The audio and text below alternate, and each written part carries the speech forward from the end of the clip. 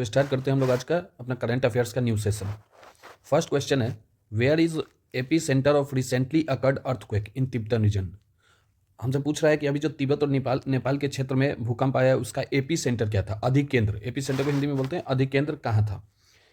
तो दोस्तों पहले ये जान लीजिए कि अधिकेंद्र होता क्या है। पृथ्वी के सतह का वह भाग जहाँ पृथ्वी के नीचे जहाँ से भूकंप शुरू होता है, भूकंप स्टार्ट होता है, उसको क्या बोलते हैं हम लोग, हाइपो सेंटर या फोकस बोलते हैं। और इसके जस्ट ऊपर वाला पॉइंट, पृथ्वी के सतह वाला पॉइंट, जो पृथ्वी के सतह इसके जस्ट ऊपर होता है, इसको एपी सेंटर बोलते हैं, इसी को एपी सेंटर बोलते हैं। तो यह जो अभी तिब्बत और नेपाल के क्षेत्र में भूकंप आया, इसका एपी सेंटर कहाँ था, तो ये टिंगड़ी काउंटी में था। बहुत इंपॉर्टेंट क्वेश्चन है, इसको याद रखिएगा। और ये जो टिंगड़ी काउंटी है, ये माउंट एवरेस्ट से 80 किलोमीटर, लगभग 80 किलोमीटर दूरी पर है, नॉर्थ साइड में। अब कुछ ऑप्शंस है, जैसे 9 kilometre south west of village of चौवाड़ी इन बचाऊ तालुका, कच्छ डिस्ट्रिक्ट और गुजरात। ये 26 जनवरी 2001 को जो भूकंप आया था गुजरात के शहर भुज का, ये एपी सेंटर था। वही 2015 में नेपाल में जो भूकंप आया था उसका ये एपी सेंटर था 34 kilometre south east of Lamjung. तो ये आपको ध्यान रखना है दोस्तों। ये जो भूकंप आया है ये 7/1 को आया भी है, 7/1/2025 को आया है, और ये 7.1 मैग्नीट्यूड के स्पीड से ही आया है। तो आपको याद रखने में याद रहेगा, डेट भी याद रखिए, मैग्नीट्यूड भी याद रखिए। 7/1 को 7/1 के स्पीड से आया है। डेट क्या है, 7/1 है, और मैग्नीट्यूड भी जो अमेरिका के जियोलॉजिकल सर्वे ने बताया है वो 7.1 ही है। तो इसमें लगभग 95 लोगों की जान चली गई। और ये इस क्षेत्र में बार बार, मतलब ऐसे भूकंप रेगुलर बेसिस पे देखे जाते हैं। ये भूकंप थोड़ा तेज पे है। इससे पहले तिब्बत में 1950 में 8.9 के स्पीड से आया था, 8.9 मैग्नीट्यूड था भूकंप का। और ये क्यों ऐसा होता है, क्योंकि यहाँ पे लगातार इंडियन टेक्टोनिक प्लेट जिसको बोलते हैं, इंडियन प्लेट और यूरेशियन प्लेट आपस में टकराते रहती है। तो इस वजह से यहाँ ये क्षेत्र। नेक्स्ट क्वेश्चन है, मैया Samman Yojana is initiative of which state. जो मैया सम्मान योजना है ये किस राज्य की पहल है। तो अगस्त 2024 में झारखंड के मुख्यमंत्री हेमंत सोरेन द्वारा ये पहल की शुरुआत की गई थी। इस पहल के माध्यम से जो वीमेन है, जो महिलाएं हैं, उनको वित्तीय सहायता मिलती है। और ये न्यूज़ में अभी क्यों है, क्योंकि इसमें पहले 1,000 रुपये का सहायता मिलता था, पर मंथ 1,000 रुपये मिलता था महिलाओं को, लेकिन अब इसको बढ़ाकर 2,500 कर दिया गया है। इसलिए ये अभी न्यूज़ में है। नहीं तो ये लॉन्च तो हुआ 2024 में ही, लेकिन पहले 1,000 रुपये महिलाओं को दिया जाता था, अब इसके तहत 2,500 रुपया दिया जाएगा। और 2 मंथ का 5,000 रुपया डायरेक्ट ट्रांसफर किया जाएगा अकाउंट में, क्योंकि पिछले 2 महीना से ये मिला नहीं है, अभी पेंडिंग में है। तो देखिए, double installments for December January will be credited in January. Double installment का 2,500 और 2,500 कितना हो गया, तो 5,000 रुपया डायरेक्ट ट्रांसफर किया जाएगा महिलाओं के अकाउंट में। और इसमें एलिजिबिलिटी क्या है, किनको ये योजना का लाभ मिलेगा, तो जो झारखंड के निवासी हैं, झारखंड का निवासी होना जरूरी है, और उम्र जो है 21 से 50 वर्ष के बीच होनी चाहिए महिलाओं का। तो यही है मैया सम्मान योजना। अब देखते हैं दूसरा ऑप्शन जो अभी हाल फिलहाल जुड़ा हुआ है, मध्य प्रदेश लाडली बहन योजना। ये तो पुराना न्यूज हो गया। उड़ीसा का देखिए, अभी हाल ही में शहीद माधव सिंह हाथ खर्चा योजना शुरू किया गया है। इसके तहत 5,000 वन टाइम 5,000, एक बार 5,000 रुपये किसको मिलेगा, तो ये शेड्यूल ट्राइब, अनुसूचित जनजातीय विद्यार्थियों को मिलेगा, क्योंकि ड्रॉप आउट की दर जो है बहुत बढ़ रही है। तो जो शेड्यूल ट्राइब के स्टूडेंट हैं उनको शिक्षा देने के लिए, हायर एंड सेकेंडरी एजुकेशन के लिए इनकी ये वित्तीय सहायता प्रदान की जा रही है उड़ीसा सरकार द्वारा। दिल्ली में कौन सा स्कीम शुरू हुआ है, तो दिल्ली में अरविंद केजरीवाल ने यह आश्वासन दिया है कि अगर उनकी सरकार आती है तो वो पुजारी और ग्रंथी योजना शुरू करेंगे। अब पुजारी और ग्रंथी योजना के तहत मंदिर के पुजारियों को और जो गुरुद्वारा है उनके ग्रंथियों को 18,000 प्रति मंथ प्रदान किया जाएगा। अब चलते हैं नेक्स्ट क्वेश्चन। विच institution recently inaugurated Asia's largest shallow wave basin research facility. अभी हाल ही में किस संस्थान ने एशिया की सबसे बड़ी और अत्याधुनिक शैलो वेव बेसिन अनुसंधान सुविधा की शुरुआत की है। तो इसका जो राइट आंसर हो जाएगा ये IIT मद्रास। और IIT मद्रास के भी कहाँ लगाया गया है, ये थायूर कैंपस जो है, जो कि IIT मद्रास के मेन कैंपस से 36 किलोमीटर की दूरी पर है। कौन है, थायूर कैंपस, यहीं पे इसकी शुरुआत की गई है। और ये एशिया की सबसे बड़ी होने वाली है और सबसे अत्याधुनिक भी है। ये इसका यूज़ क्या होगा? तो देखिए, ये सुविधा जो है ये भारत की तटीय और समुद्री इंजीनियरिंग से जुड़ी तकनीकी और अनुसंधान आवश्यकताओं को नया आयाम देने के उद्देश्य से विकसित की गई है। इसका यूज़ करके बंदरगाहों जैसे पोर्ट्स होता है, वाटरवेज जो जल मार्ग होता है और तटीय संरचनाओं से जुड़ी जटिल समस्याओं का समाधान करेगी। जो बहुत सारे प्रॉब्लम्स आते रहते हैं उनको ये टैकल करने में हेल्प करेगी कोस्टल एरियाज़ में। और जो इंटरनेशनल वाटरवेज है, अंतर्राष्ट्रीय अंतर्देशीय जलमार्ग, और ये जो है ये जैसे कोस्टल एरियाज पे जो संरचनाएं जो होती है उस पर जो 3D का इफेक्ट है उसको भी ये समझ पाएगी। 3D तरंगों का प्रभाव भी का भी प्रशिक्षण ये कर सकती है। अब इससे लाभ क्या होगा, इसके बेनिफिट्स क्या है? तो भारतीय बंदरगाहों, जलमार्ग, जो पोर्ट्स हैं, वाटरवेज हैं और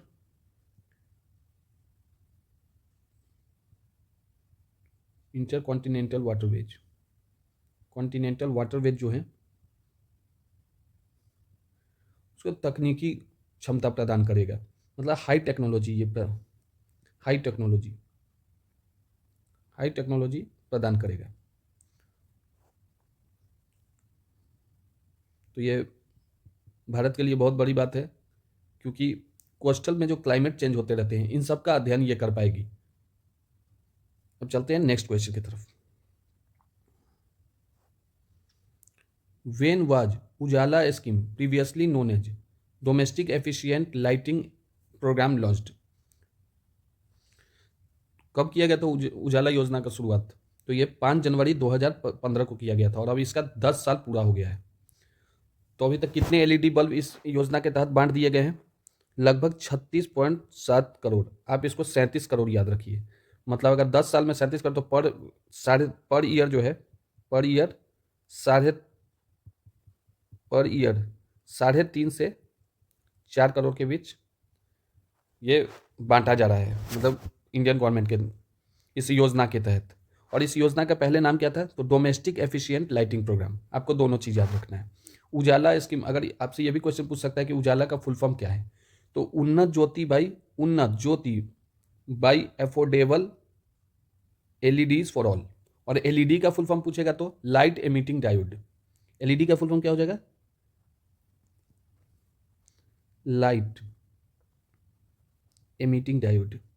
अगर आपसे क्वेश्चन ये पूछ ले कि ये किस फिनोमेना पे काम करता है, ये किस प्रिंसिपल पे काम करता है लाइट एमिटिंग डायोड, तो ये इलेक्ट्रोलेमिनेसेंस जो होता है फिनोमेना उस पर ये काम करता है। जब इलेक्ट्रिसिटी पास कराते हैं ऐसे सब्सटेंस से जो कि लाइट एमिट करता है, जो कि हमें प्रकाश देता है, तो इसी को एलईडी बोलते हैं। अब देखिए कुछ ऑप्शन है। 28 अगस्त 2014 को कौन सा योजना शुरू गया था? जन धन योजना। 1 जुलाई 2015 डिजिटल इंडिया इनिशिएटिव की शुरुआत की। और 25 सितंबर 2014 मेक इन इंडिया की शुरुआत की गई थी। नेक्स्ट क्वेश्चन है, ब्रिक्स का नया फुल मेंबर कंट्री कौन बन गया है? मतलब ब्रिक्स का नया सदस्य कौन बन गया है? तो इसका राइट आंसर हो जाएगा इंडोनेशिया, और इसको कंफर्म किया है ब्राजील गवर्नमेंट ने। ये जनवरी में इंडोनेशिया इसका फुल मेंबर बन गया है ब्रिक्स का। ब्रिक्स है क्या? तो ये इनफॉर्मल ग्रुप है कुछ देशों का। जैसे ये जब स्टार्ट हुआ था तो बस ब्रिक था, मतलब, और साउथ अफ्रीका इसमें बाद में जुड़ा तो ब्रिक्स हो गया। तो ये कौन है? ब्राजील, रसिया, इंडिया, चाइना, साउथ अफ्रीका। और इसमें जो नए कंट्री जुड़े हैं, न्यू मेंबर कंट्री, तो 2024 में 4 मेंबर कंट्री जुड़े थे इसमें। Ethiopia, Egypt, Iran, UAE. Argentina भी जुड़ने ही वाला था, लेकिन अर्जेंटीना में गवर्नमेंट चेंज हो गया और ये जो अभी न्यू गवर्नमेंट बनी ये प्रो यूएस है, तो इसने इसमें जुड़ने से मना कर दिया, ब्रिक्स का मेंबर बनने से मना कर दिया। और दोस्तों इसका जो है ये पहला समिट बहुत इंपॉर्टेंट है याद करना, जो इसका पहला सम्मेलन हुआ था और इसका छठा सम्मेलन, जिसमें न्यू डेवलपमेंट बैंक, ब्रिक्स ने न्यू डेवलपमेंट बैंक का स्थापना किया था। लेकिन ये अभी इंडोनेशिया का हम लोग बात कर रहे हैं, तो इंडोनेशिया ये अगस्त 2023 में कहाँ हुआ था ब्रिक्स सम्मेलन? तो ये हुआ था साउथ अफ्रीका के जोहान्सबर्ग में। ये उसी टाइम इंडोनेशिया का मेंबरशिप अप्रूव कर दिया गया था। लेकिन अभी ब्राज़ील गवर्नमेंट ने अनाउंस किया है कि इंडोनेशिया जो है ये पूर्ण रूप से ब्रिक्स का सदस्य बन गया है। नेक्स्ट क्वेश्चन है, what is the rank of India in terms of the largest metro network in terms of area in the world? तो इसका जो राइट आंसर हो जाएगा ये थर्ड। एरिया के मामले में मतलब क्षेत्रफल के हिसाब से अगर देखा जाए तो सबसे ज़्यादा मेट्रो का चाइना, अमेरिका, उसके बाद इंडिया, उसके बाद रसिया, उसके बाद जापान। तो ये राइट आंसर हो जाएगा।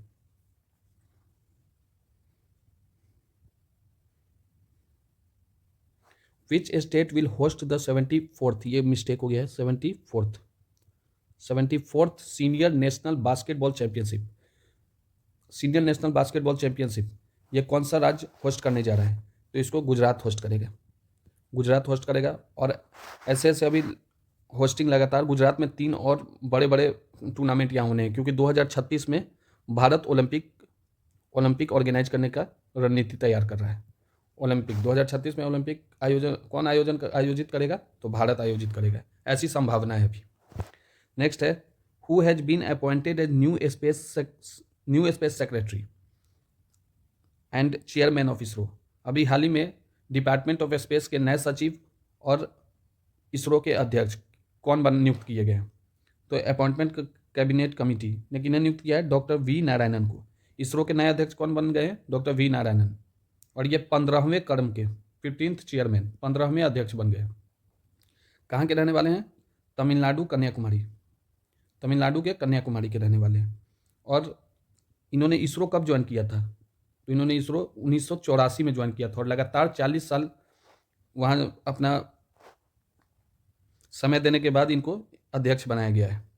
और अभी ये किस पोस्ट पे कार्यरत थे? तो लिक्विड प्रोपल्शन सिस्टम सेंटर के ये अभी डायरेक्टर थे। इसरो के लिक्विड प्रोपल्शन सिस्टम सेंटर के ये डायरेक्टर थे। अब कुछ ऑप्शन देखते हैं। संजीव खन्ना ये हमारे देश के 51वें क्रम के चीफ जस्टिस ऑफ इंडिया हो जाएंगे। संजय मल्होत्रा ये 26वें गवर्नर हो जाएंगे आरबीआई के गवर्नर हो जाएंगे। और आरिफ मोहम्मद खान इन्हें अभी हाल ही में बिहार का गवर्नर बनाया गया। तो सारे अपॉइंटमेंट जो है आपके लिए बहुत ज़्यादा इंपॉर्टेंट है। इसको आप वीवीआई मार्क कर लेना, वीवीआई, क्योंकि बहुत इंपॉर्टेंट है सारे अपॉइंटमेंट्स। नेक्स्ट क्वेश्चन है, कालपेनी द्वीप जो हाल ही में न्यूज़ में देखा गया है, ये किस स्टेट या यूटी में है? तो कालपेनी द्वीप जो है ये लक्षद्वीप में है। लक्षद्वीप। लेकिन अभी ये न्यूज़ में क्यों है? तो गोताखोर जो होते हैं, गोताखोर ने अभी कालपेनी आइलैंड पे जो है ये मलबा पॉसिबली 17वीं शताब्दी या 18वीं शताब्दी का जो यूरोपीय वारशिप था उसका मलबा खोजा है। यूरोपीय वारशिप का मलबा खोजा है, तो इसलिए ये न्यूज़ में था। लेकिन आपसे क्वेश्चन जो है ये डायरेक्ट पूछेगा कि कालपेनी आइलैंड किस स्टेट या केंद्र शासित प्रदेश में है? तो इसका आंसर लक्षद्वीप हो जाएगा। अब ये मलबा से कुछ याद आया होगा कि टाइटैनिक का मलबा देखने कौन गया था? टाइटन नामक शिप गया था, जो कि ये भी डूब गया था और 3 यात्री ने अपने जान गंवा दिए थे। 2 पाकिस्तान के थे इसमें। अब चलते हैं नेक्स्ट क्वेश्चन की तरफ, और आज का हमारा लास्ट क्वेश्चन भी है। Which state government recently announced a prize of ₹1 million for deciphering Indus valley scripts? जो सिंधु सभ्यता की लिपि है, इसको पढ़ने के लिए जो कोई भी पढ़ेगा इसको, उसको जो तमिलनाडु के चीफ मिनिस्टर द्वारा ये अनाउंस किया गया है, एम के स्टैलिन के द्वारा ये अनाउंस किया गया है कि जो भी ये सिंधु सभ्यता के स्क्रिप्ट को पढ़ेगा और समझाने में सक्षम रहेगा उसको $1 मिलियन का इनाम दिया जाएगा तमिलनाडु गवर्नमेंट की तरफ से। तो दोस्तों ये थे आज के करंट अफेयर्स। बहुत इंपॉर्टेंट करंट अफेयर्स मैं सेलेक्ट करके डालता हूँ जो कि आपका एग्ज़ाम का पार्ट बनता है। तो अगर वीडियो अच्छा लगा हो, इन्फॉर्मेटिव लगा हो, तो चैनल को सब्सक्राइब करें और बेल आइकन को क्लिक करें ताकि आपको डेली करंट अफेयर्स मिल सके। मिलते हैं नेक्स्ट वीडियो में, तब तक के लिए थैंक यू। जय हिंद।